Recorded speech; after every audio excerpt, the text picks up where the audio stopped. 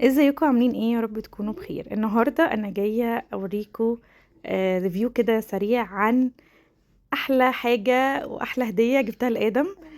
آه، دي كانت الالفابت بالكلمات عليها وصوره كمان. بتتعمل زي ديكور كده على الحيطه. بجد جميله جدا يا جماعه، تحفه تحفه تحفه.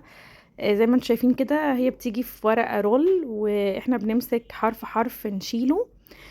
بس طبعا لازم تكونوا حريصين جدا وانتوا بتشيلوها، علشان بس ما تبقوش بتشيلوها بسرعة فممكن تتقطع او حاجة. لكن هي سهلة جدا في الاستخدام، يعني انك تشيليها او تلزقيها سهلة جدا.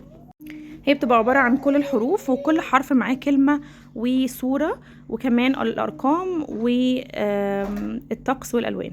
يعني كل الطقس بالانجلش طبعا كل ده، وكمان معاها الالوان.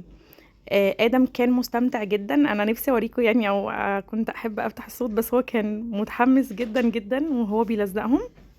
طبعا احنا ما كناش بنسيب له اللزق كامل، احنا بنحط بس اول جزء كده من اللزقه وبعدين نضغط نثبته ونقول له هو كمان يضغط عليه ورانا.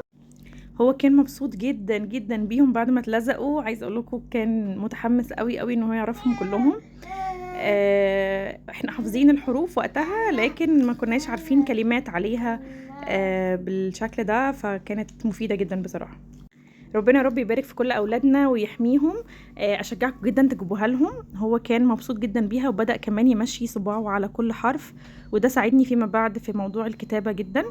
انا طلبتها له من شي ان، بس انا لما شفتها حسيت ان هي ينفع تتعمل على الكمبيوتر وتطبع في مطبعة على نفس الورق الشفاف ده او اللزق الشفاف، وتتلزق في البيت. جربوها لاولادكم هيحبوها جدا.